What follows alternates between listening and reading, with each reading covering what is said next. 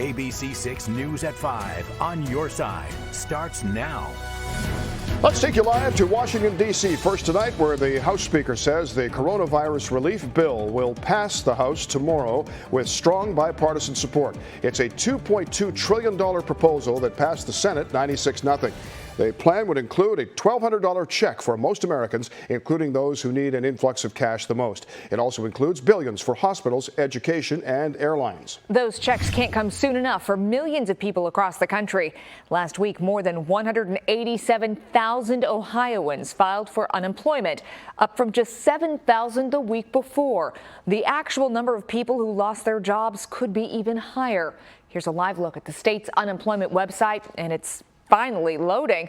We've heard from so many of you about issues with this site. More on that in a moment. A look now at the state's latest numbers. 867 people have tested positive for the virus, according to the Department of Health. More than a quarter of them are in the hospital. 91 are in the ICU across 60 of the state's 88 counties. 145 are healthcare workers. That's 17%. Franklin County now has 106 cases, and the State Department of Health also confirms that 15 people have died. This is up from 10 yesterday. All of them were 50 or older. 10 were at least 80. And Kroger confirms one person with the virus is an employee at the store on Morse Road. They're at home tonight. They're not working. In a statement, Kroger says the store followed all sanitation and cleaning procedures as recommended by the CDC. During today's news conference, the governor and state health director talked about the effects this will have on hospitals. Now, among the biggest issues is not only will there be a lot of patients, they're going to be staying in the hospital longer. Tom Bosco live now to explain how the state plans to lessen that load. Tom?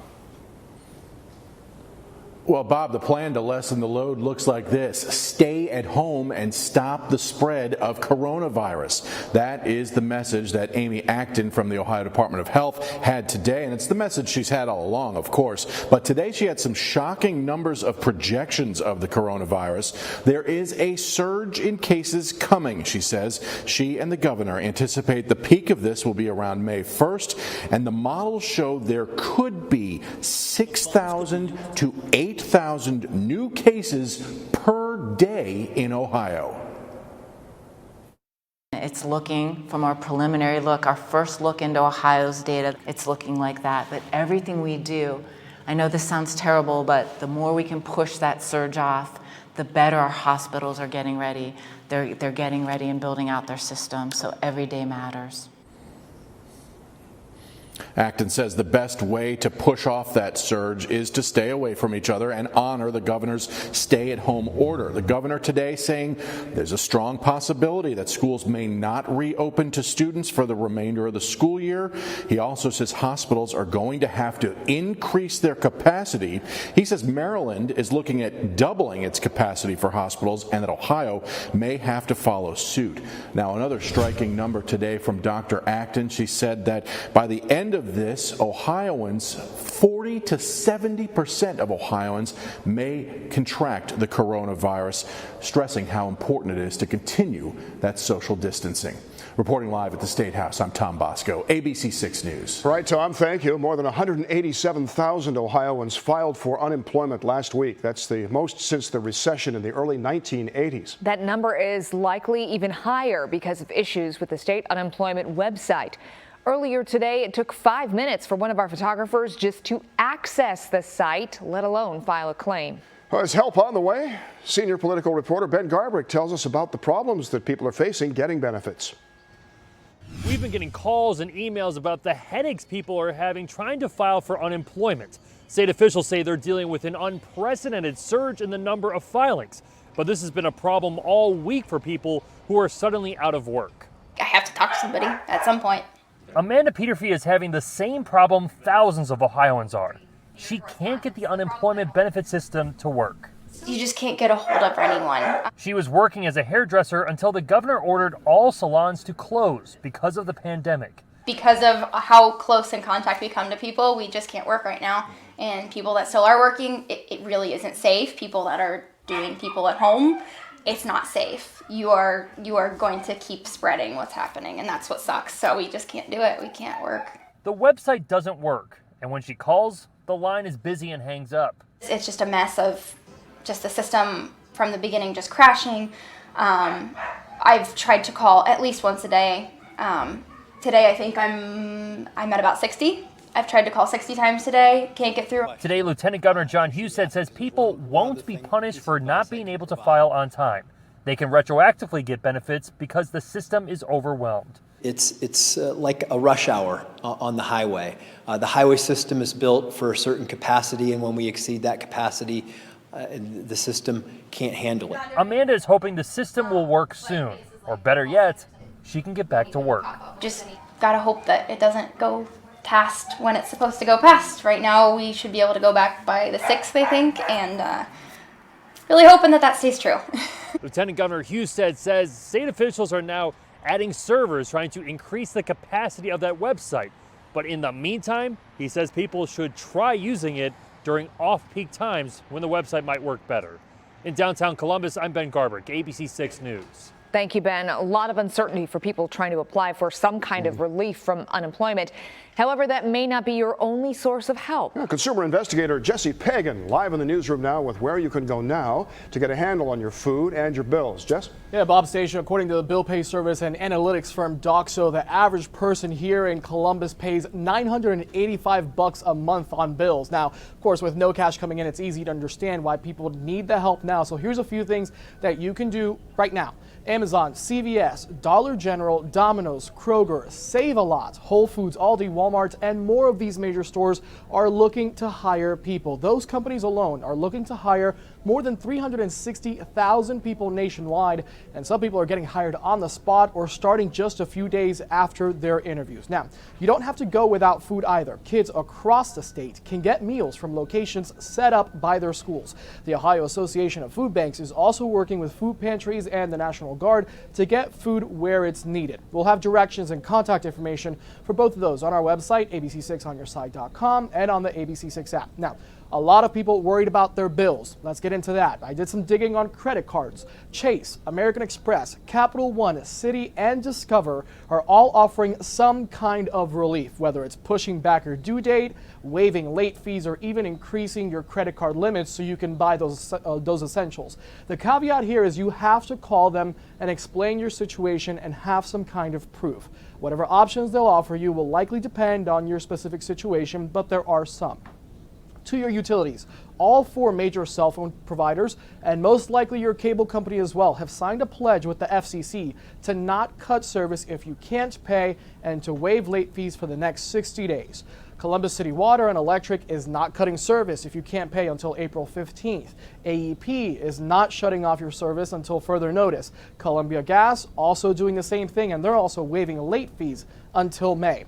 Now, a lot of you are worried about your rent. Relief there seems to be coming on a case-by-case basis from what we're hearing. There is a petition online with more than 100,000 signatures asking Governor DeWine to put a statewide freeze in place. So far, he has not said if he will do that. However, today, the governor announced he is giving courts leeway to not act on eviction cases if they see fit until the end of July. Within the city of Columbus, Mayor Ginther has not announced any kind of rent freeze either as of now. So maybe try talking to your landlord, explain your exact situation, again, bring that proof. Just know they might not be able to help either, even if they want to. Yeah, they still have bills to pay as well. Boy. All right, Jesse, thank you. The stimulus bill is already making a difference on Wall Street, closed up by more than 1,300 points, bringing the 3-day gains to 20%. This rally comes despite the record number of jobless claims. Among the stocks posting strong days, airlines and companies that make planes like Boeing. Follow every coronavirus development on the ABC6 app and on our website, abc6onyourside.com. We even have a section dedicated to all of our coverage. Just click on coronavirus under news. It's updated around the clock with local, national, and international stories. Well, in an effort to increase our social distancing here at ABC6, we're having more people work remotely, and this includes our chief meteorologist, Marshall McPeak, who's joining us tonight live from home. That's sort of a weather on the go with no set date for weather coming back. But I just can't believe it, Marshall. If I were just looking at this, I would think you were over there, but you're at home. It it looks pretty much like it always does. So that's the beautiful thing. But we're coming to you from the weather barn at this point. So we're going to get used to a new space for a little while. It's a little lonely here because you're the only folks I get to talk to now. Here's what's happening on satellite and radar, because we do have some rain moving into the area after such a gorgeous day today. Now, you know, that's the other thing.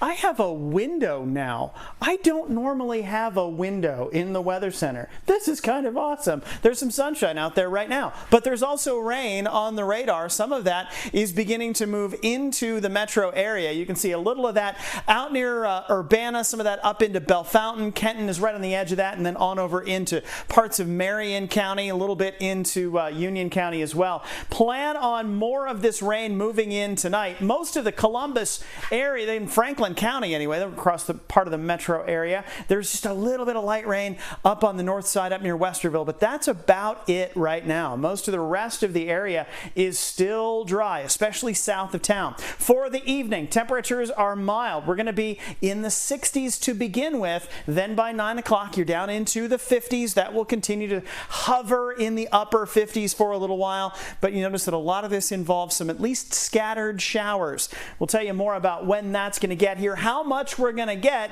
and how long it'll last in just a few minutes. All right, Marshall, thank you. Good to see you, friend. Well, the lights of Las Vegas are dark tonight. All of the casinos are shut down, something they've never done before. After the break, an exclusive look as Caesars Palace closes.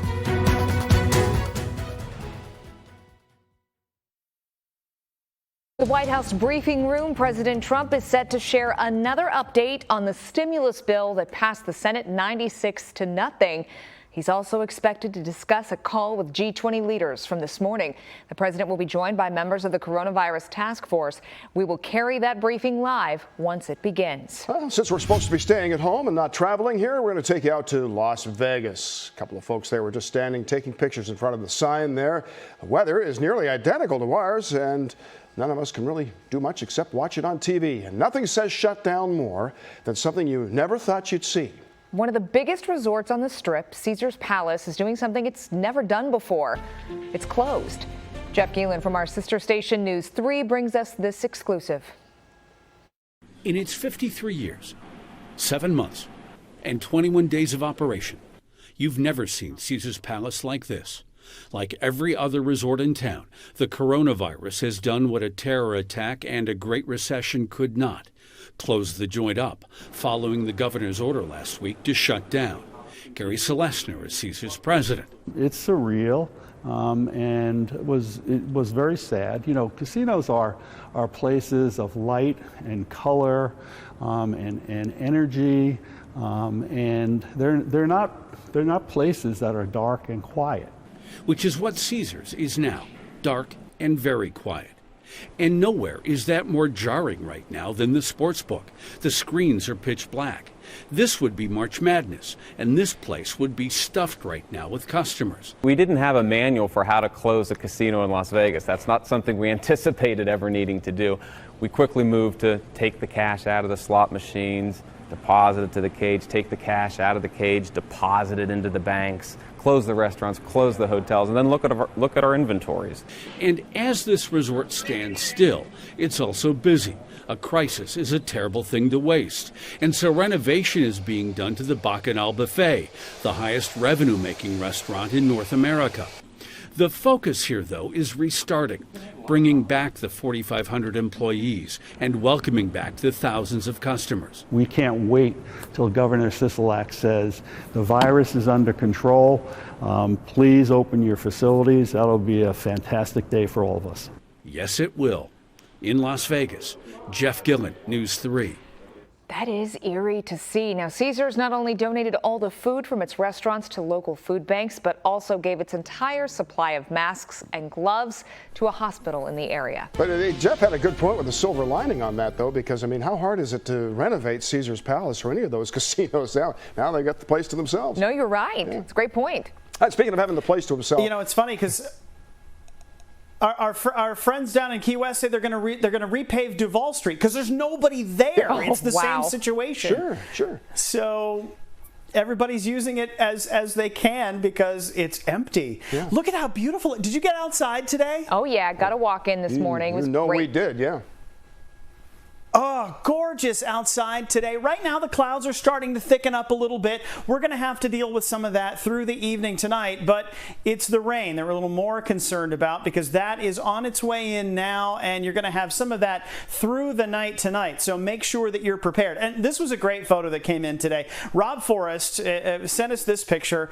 He was downtown and found somebody in the convertible top down because it was that kind of day. So a beautiful afternoon. We hit 68 here in Columbus. Just a really nice day. Right now, most of the center of the city is dry, but you don't have to go very far to find some rain. You get up here into parts of Madison County and Union counties on up into Delaware and Marion counties, Hardin County, all getting a little of that rain right now as well. So it's on the way in. It's just not quite as widespread yet as it will be later. Your Tempstar heating and cooling current conditions are very mild. Columbus is still at 66 right now.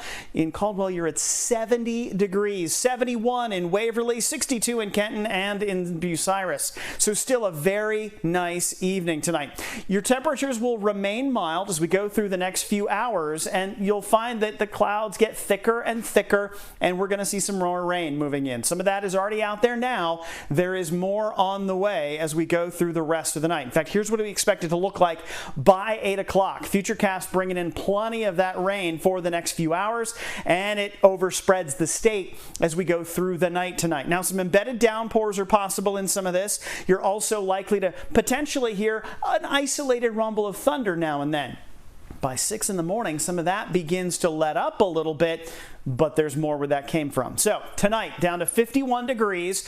You're looking at rain and showers. Might hear a little bit of thunder, but it's very mild for us tonight.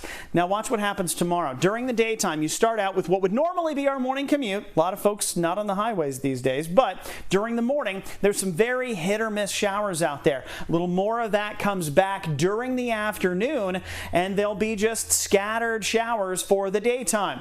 But once we get into Friday evening, that's when the next round of heavier rain begins to get here, and some of that could generate some very quick downpours and the potential for some strong storms. So we'll be watching Friday, especially overnight into Saturday. Then on Saturday, as that low pressure center starts to move in, that's going to also give us another chance for thunder and some heavy rain. 63 for the daytime tomorrow, so still well above average for this time of the year, and some scattered showers during the day with a chance for thunderstorms in the evening. Then once you get to Saturday, the temperatures are even warmer. That southwest breeze is going to bring in all of that and get us to 71 degrees. But it's also going to be fuel for some of those showers and thunderstorms. So that's why it potentially could get a little bumpy on Saturday. Sunday, a little cooler, 61 degrees, rain in the morning. And then on Monday, some sunshine is on the way with a high of 55. Thanks, Marshall. You're going to want to see this. He just mentioned Key West.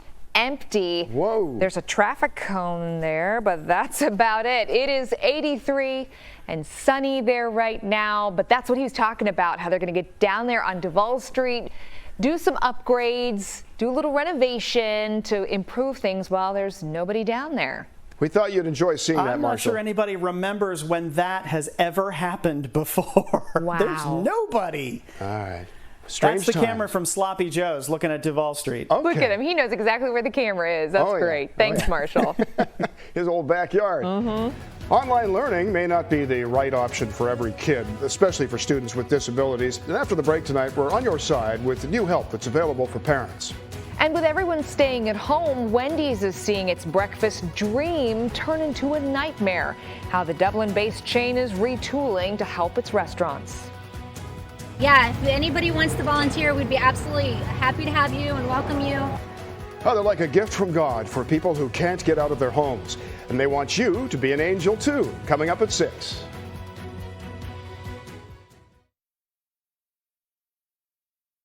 Good option for their kids. They say it's causing them to fall deeper into the cracks. But there is some help coming their way. Scoring Our School's Lisa Rontola with that story tonight. Hi. Hi! 11-year-old Jacob Gray stays home as orders have closed his school for autism, Hogland Learning Center. But according to his mom, you want to just do some schoolwork on your iPad? No. Okay. Efforts toward online special education instruction have not been successful. Trying to do a FaceTime session with him. He's just going to walk away from me. Yeah, unfortunately, that's going to be true for a lot of students, especially students with disabilities. Attorney Mark Weicker specializes in education. He's advising parents to ask if individual education plans can be completed remotely and if parents can help with the now home instruction. Online learning is not the ideal. Of course, we're not dealing with an ideal situation for anyone. The Ohio Department of Education have addressed the issues of special education and IEPs. The state superintendent says school districts across Ohio must act in good faith. But if special education cannot be performed remotely, then this instruction may have to be made up at a later time. How do you think Jacob would handle an abundance of makeup lessons and makeup learning? An abundance of it at once, it's not going to help him at all. Tiffany says education is essential, so she's asking for home visits from teachers and specialists during this pandemic. Rather have little regression than a lot. How old are you, Jacob? No. Okay. Weicker says all special ed instructors are now staying home. He's advising parents how to measure regression to know how much instruction should be made up. Even if you were able to have an in-person meeting with a student for one-to-one instruction or otherwise, the stay-at-home order also indicates that you have to keep the social distance. Lisa Rantala for Scoring Our Schools. The Albite Weicker Law Firm is hosting 20-minute phone consultations tomorrow for parents of kids in special education.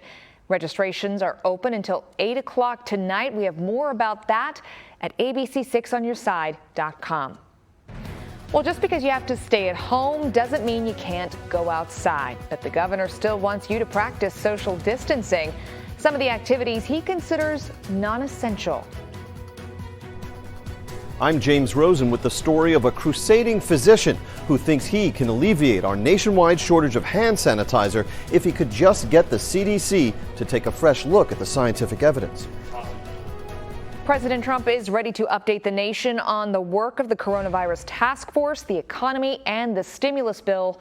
Let's listen in. But it's going to end up being better than ever. I want to thank you very much for being here, and I'd like to update you on the steps we're taking on our ongoing fight to defeat the virus. This morning at 7:55, I spoke to the leaders of the G20, had a great meeting, and we have a lot of different ideas, a lot of good ideas. We're working together. The leaders gathered virtually around the world to discuss the whole subject of the problem that right now 151 nations have got. We had President Alberto Fernandez of Argentina, Prime Minister Scott Morrison of Australia, President Jair Bolsonaro of Brazil, Prime Minister Justin Trudeau of Canada, President Xi of China, President Emmanuel Macron of France, Chancellor Angela Merkel of Germany, Prime Minister Modi of India, President Widodo of Indonesia, Prime Minister Giuseppe Conte of Italy, Prime Minister Shinzo Abe of Japan. Congratulations to Japan on making a great decision on the Olympics. Going to make it next year, 2021.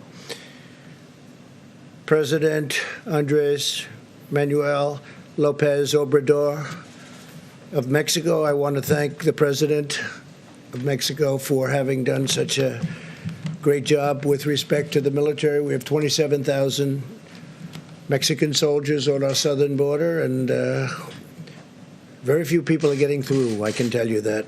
We got to keep it that way.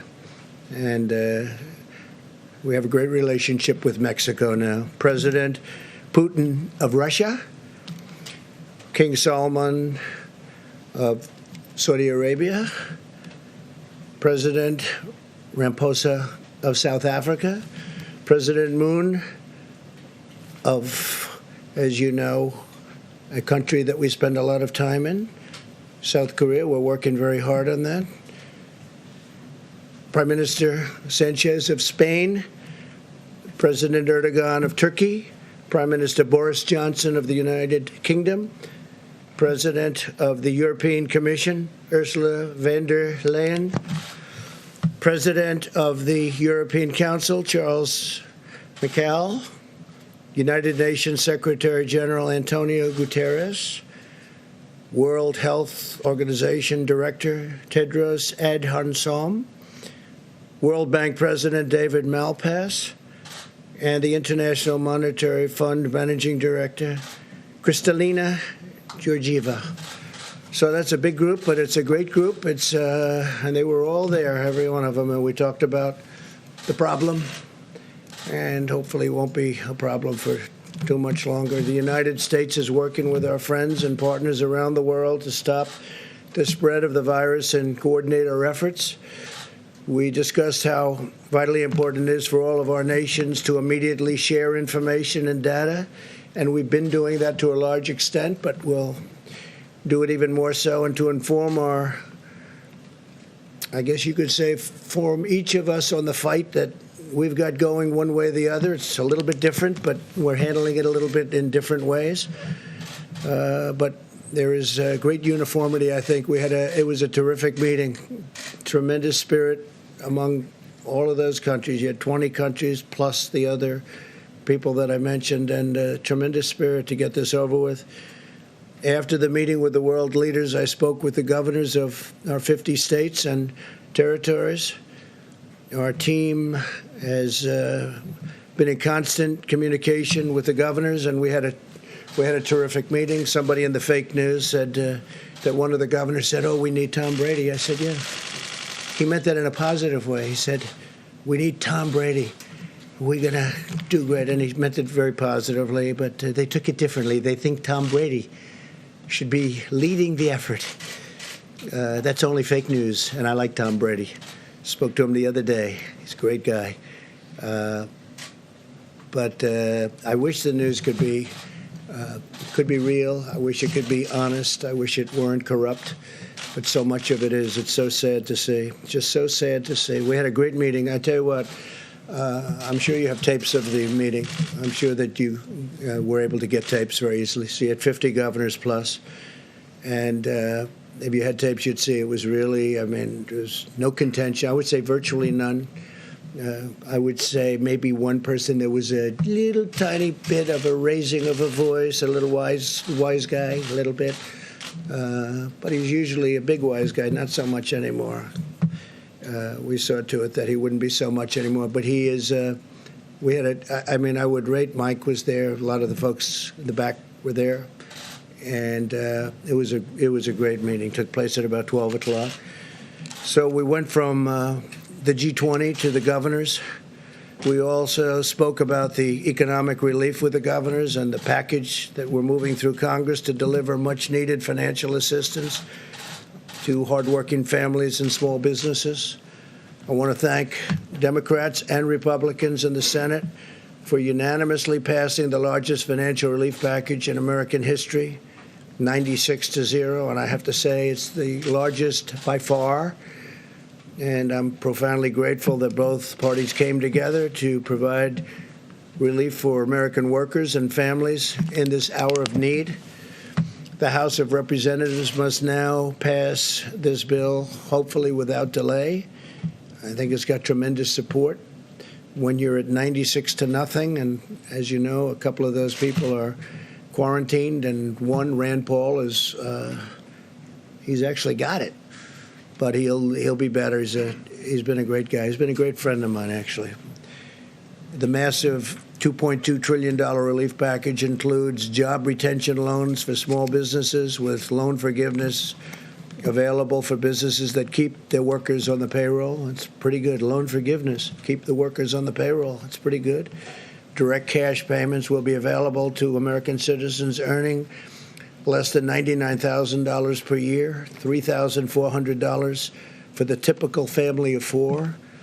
expanded unemployment benefits. The average worker who has lost his or her job will receive 100% of their salary for up to 4 full months. These are things that, by the way, we have plenty more to go, but they're things that nobody's ever had any package like this done. And I just want to thank them. Hopefully it'll get approved equally easily in the House, really. I think it will go through pretty well from what I hear. Virtually everybody. There could be one vote, one grandstander maybe. You might have one grandstander. And for that, we'll have to come back and take a little more time, and it'll pass. It'll just take a little longer. But let's see whether or not we have a grandstander. Critical support for the hardest hit industries with a ban on corporate stock buybacks and tough new safeguards to prevent executive compensation abuse. Over $100 billion for our amazing doctors, nurses, and hospitals. $45 billion for the Disaster Relief Fund, more than doubling the amount available. This is tremendous stuff. $27 billion for the coronavirus response, including $16 billion to build up the strategic national stockpile with critical supplies, including masks, respirators, and all sorts of pharmaceuticals. $3.5 billion to expand assistance to child care providers and child care benefits to healthcare workers, first responders, and others on the front lines of the crisis. And these are really brave, incredible people, I have to say. And some of them are getting sick, and some of them are getting very sick, and some of them don't even recover. They're incredible people. $1 billion for Defense Production Act procurement. We are, as you know, using the act, but we use it only when necessary. We use it as leverage. We generally don't have to use it to accomplish what we want to accomplish. As of today, FEMA has shipped over 9 million N95 masks, 20 million face masks, 3.1 million face shields, nearly 6,000 ventilators, 2.6 million gowns, 14.6 million gloves. And we're sending more every day, and we've got tremendous amounts of equipment coming in. A lot of great companies are making equipment right now. The ventilators, obviously, they take a little longer to make, but we have a lot of companies making them, and we're going to be in great shape. We took over an empty shelf. We took over a very depleted place in a lot of ways. As you know, the testing is going very, very well.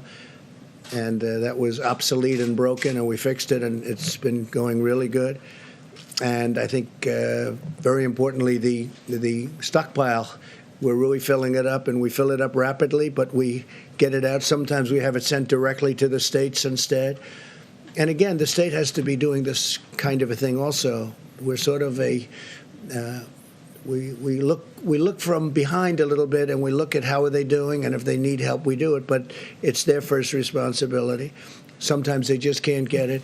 But we load it up and we send it out. But if we can, we have it sent directly to the state. We want it to go directly to the point where we want it. I can now announce something that I think is incredible, what they've done in the Navy, because the incredible naval hospital ship, the USNS Comfort, which is incredible, actually, when you see it inside, will be underway to New York City on Saturday. So it's going to be leaving on Saturday rather than 3 weeks from now. They did the maintenance quickly, and it was going to be there for quite a while longer, another 3 or 4 weeks, and it should be arriving. I told the governor 20 minutes ago, Governor Cuomo, that the ship will be arriving at New York Harbor on Monday. I think I'm going to go out and I'll kiss it goodbye. I'll go to it's in Virginia, as you know, and I will go and we'll be waving together because I suspect the media will be following. John, are you going to be following? Maybe. You never know, huh? It's a very important vessel. Great ship. It's a great vessel, is right. So if you want to go, I'll see you there, and if you don't, that's okay. After being fully loaded with medical supplies, it's loaded up to the top, and it's over at the Norfolk Naval Base. That's where it departs. It is expected then to, we're saving about 3 to 4 weeks by the incredible work done by the Navy. And I actually look forward to Saturday to see it go. The ship will arrive, and I believe it's going to get a little bit of a ceremony. There's something very beautiful about it. It's an incredible piece of work. Going to be landing at Pier 90 in Manhattan to provide hospital surge capacity for the New York metropolitan area. So it's a surge capacity. They may use it for this, or they may have other people coming in from hospitals unrelated to the virus, and then they'll use those hospitals on land. They'll use those hospitals for the virus, but we'll see how they do it. They could do it either way, one way or the other, whichever one is best. But it could be, because it's set up so well for a regular hospital, that they may take people out of hospitals and then use those rooms for the virus. The National Institute of Health and the private sector, working closely with the FDA, continue to collaborate to discover and test treatments and therapies that can effectively reduce the duration and symptoms of the virus and very much help people to recover. And I'm firmly committed to bringing these treatments to market very quickly. We have a lot of tests going on with regard to different medicines, and I hope we get lucky. I hope we hit. A lot of talented scientists and doctors are working on therapeutics, a cure, vaccines. I think we're doing very well. Tony may speak to that a little bit later, but I think we're doing very well with regard to the vaccines. I think we're doing well with regard to a lot of the things I just mentioned, but we'll have to see what happens. We're going to know fairly soon about a lot of them. But it's very advanced, and the vaccines are very advanced prior to, as you know, a fairly reasonably long test period of, in that case, over a year. Every American should be proud of the incredible spirit our country has brought to this effort. It's been incredible. Citizens from all walks of life have come together to turn the tide in this battle. We're witnessing the extraordinary power of American unity like a lot of people have never seen. Even getting a vote. You're talking about trillions of dollars, and you get a vote of 96 to nothing. We are waging war on this virus using every financial, scientific, medical, pharmaceutical, and military resource to halt its spread and protect our citizens. I want to express our tremendous thanks to the American people for continuing to practice social distancing like you people are practicing right here. I don't know, this room may never be the same. Maintaining good hygiene and follow government guidelines. Vice President Pence lifts up that card every time. And it's not very complicated, but hopefully you can do that. And your commitment will make all the difference in the world, and that's one of the big ones will be, for a while, stay home. Just relax, stay home. Making a lot of progress. As we continue to gather more information and accelerate the testing, where we're doing record numbers of tests now, far more than any other country has done. I told you yesterday, 8 days here, because you heard so much about South Korea. The media kept talking about South Korea, South Korea. We have a great relationship with President Moon in South Korea. But when I hear so much about South Korea, so in 8 days, we do more testing than they did in 8 weeks. And it's a very highly sophisticated test. We'll be able to deploy even more data-driven and targeted approaches to slow the ultimately, it's a very devastating thing, but we will vanquish this virus, and it's a lot of progress has been made. That's why earlier today I sent a letter to America's governors describing how we will be using the data to update existing guidance on social distancing, which will be developed in close coordination with our nation's public health officials and scientists. Because of the sacrifices of our great doctors and nurses and healthcare professionals, the brilliance of our scientists and researchers, and the goodness and generosity of our people, I know that we will achieve victory and quickly return to the path of exceptional health, safety, and prosperity for all of our citizens. We have to get back to work. Our people want to work. They want to go back. They have to go back.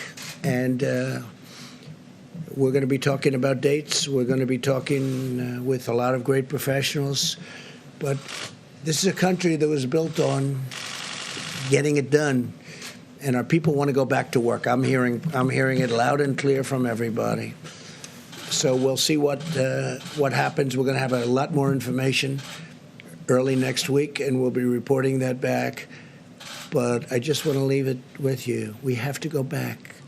This is the United States of America. They don't want to sit around and wait, and they'll be practicing. And by the way, a lot of people misinterpret when I say go back. They're going to be practicing as much as you can, social distancing and washing your hands and not shaking hands and all of the things that we talk about so much. But they have to go back to work. Our country has to go back. Our country is based on that. And I think it's going to happen pretty quickly. I think it's going to happen pretty quickly. A lot of progress is made, but we got to go back to work. We may take sections of our country, we may take large sections of our country that aren't so seriously affected, and we may do it that way, but we've got to start the process pretty soon. So we'll be talking to you a little bit more about that next week. And with that, if you have any questions, you could ask, and then I'm going to have Vice President stay behind, and he's going to take questions and also introduce some of the people. You could ask them some questions. John, please. Mr. President, okay. Unemployment numbers out today, 3.3 million. Yeah. I take it not a surprise. No, not at all. But still a staggering number. I'm wondering about your perspective on that. Well, it's nobody's fault, certainly not in this country. Nobody's fault. We got very lucky when we made a decision not to allow people in from China at a very early date. I say that because some people don't want to accept it, but this was a great decision made by our country. Or there's the numbers that you're talking about. We're a big country. That'd be far greater, far bigger. So when I heard the number, I mean, I heard it could be 6 million, could be 7 million. It's 3.3 or 3.2. But it's a lot of jobs. But I think we'll come back very strong. The sooner we get back to work, you know, every day that we stay out, it gets harder to bring it back very quickly. And our people don't want to stay out. So I know those numbers, John, but I think you'll see a very fast turnaround once we have a victory over the hidden enemy, as I say. It's a hidden enemy. Sometimes a hidden enemy is a lot tougher than somebody that stares you in the face, right? So we'll see what happens. But, I mean, they're fully expected numbers, at least. I mean, at least. You just heard the president updating reporters on the stimulus bill, which sends billions to hospitals and disaster relief. You can watch the rest of this briefing right now on our website and the ABC6 app. We'll be right back. As you know.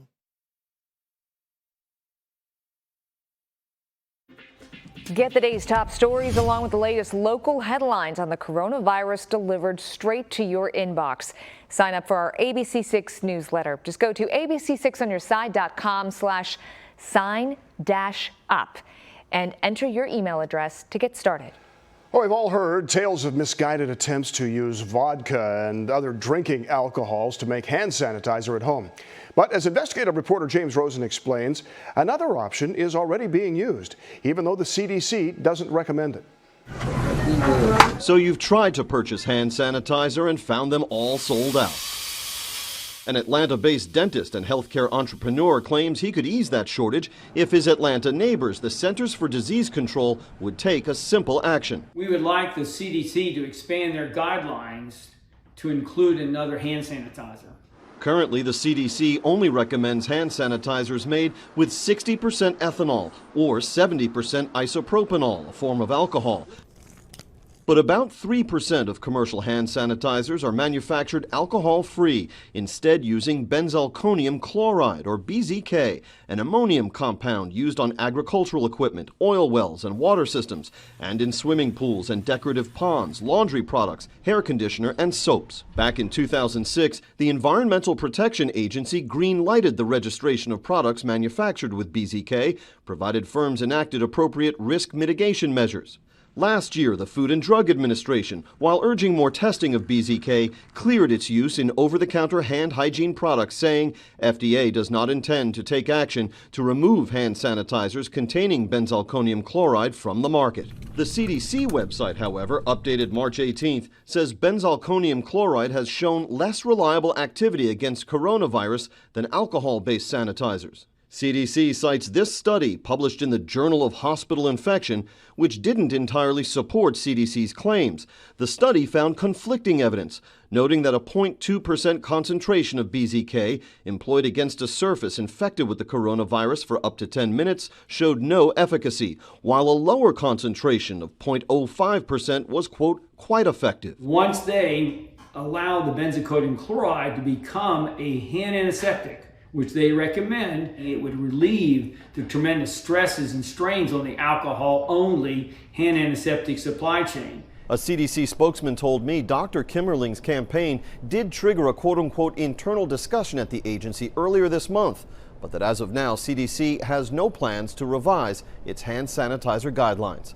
Outside the nation's capital, James Rosen. Now we're getting a look at how the coronavirus is affecting Wendy's and its brand new breakfast menu. That menu, you'll recall, was rolled out nationwide on March the 2nd. And a week later, Governor DeWine started asking people to stay home. Well, according to CNBC, Wendy's planned to spend $70 to $80 million getting the word out about its breakfast menu. And now that money will be used instead to support franchises in other ways.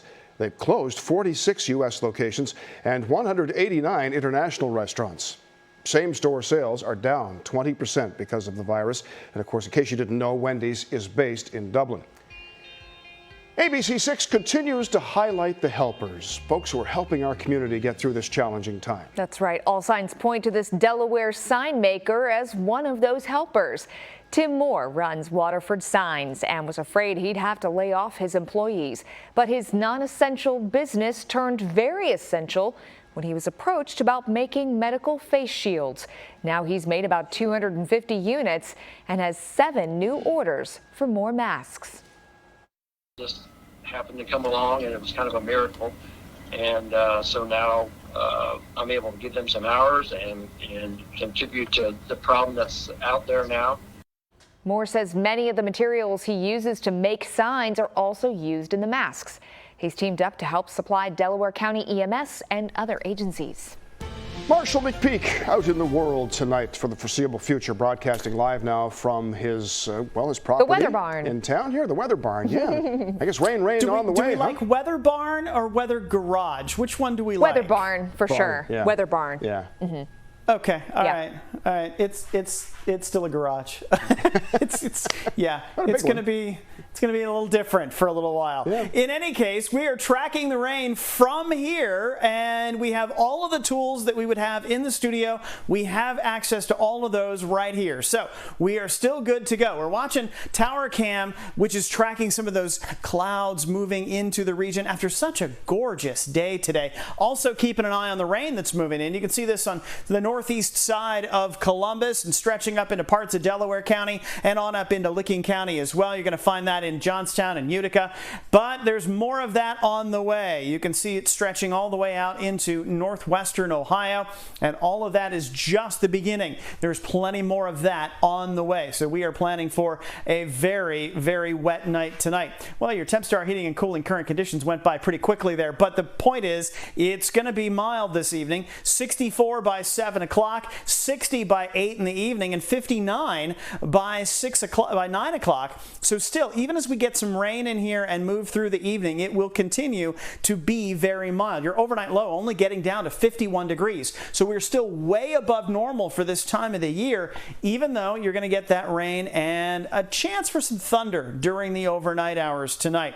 Here's what it looks like for the rest of the day tomorrow. You're going to find in the first part of the day some of the rain actually letting up. You see southern Ohio has some of that to begin with, but you're still going to have plenty during the day. But it's going to be kind of hit or miss as we go through most of the morning.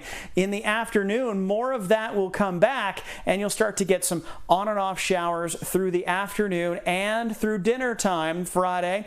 That'll continue into the evening as well. So what we're going to see is more of this rain kind of becoming hit or miss, but then more of it shows up Friday night, and that's going to give us some showers and thunderstorms that could be strong. So what you'll find happening in the morning is some scattered showers, then heavier rain with some storms showing up in the evening, and then the thunder is overnight into Saturday. So Friday night into Saturday are going to be the times we're really watching to see what's going to happen out there, because some of these downpours could put us in a flooding situation. Now, there is just a marginal risk for some severe weather on Thursday and Friday. There's a cold front that's going to come through here. Some of that might even linger into Saturday. This is not going to be a huge issue for us, but we will be watching what's happening because some storms could generate some gusty winds, even some small hail. 63 for the daytime tomorrow, so cooler than it was today. And you'll have some on and off scattered showers during the day, which then turns into some storms in the evening. Showers and storms again on Saturday. Some of this is going to include downpours, and at 71 degrees, with the rain, that's going to feel almost muggy outside, which is not something we are accustomed to yet this season. Here's what it looks like on your extended forecast. There's your 63 for Friday, 71 on Saturday with on and off showers and thunderstorms. The rain ends about midday on Sunday, and then we get some beautiful sunshine on Monday, a little bit on Tuesday, and we're wet again by the time we get to Wednesday. Thank you, Marshall. Well, next at 6, to the people they help. They're like angels, and you can be an angel too. Find out how to get your wings and be a lifeline to your community next on ABC 6 News at 6.